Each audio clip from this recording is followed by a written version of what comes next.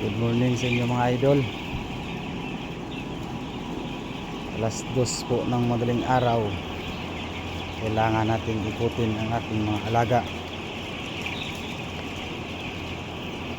para sila po ay magsipagkain. Agad po sila lumaki. Ito na sila mga idol. Day 8 na po tayo idol. Day 8 na po ang ating mga alaga. Yan na.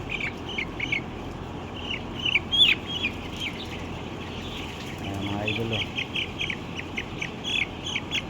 samahan lang po natin ng panalangin at sipag.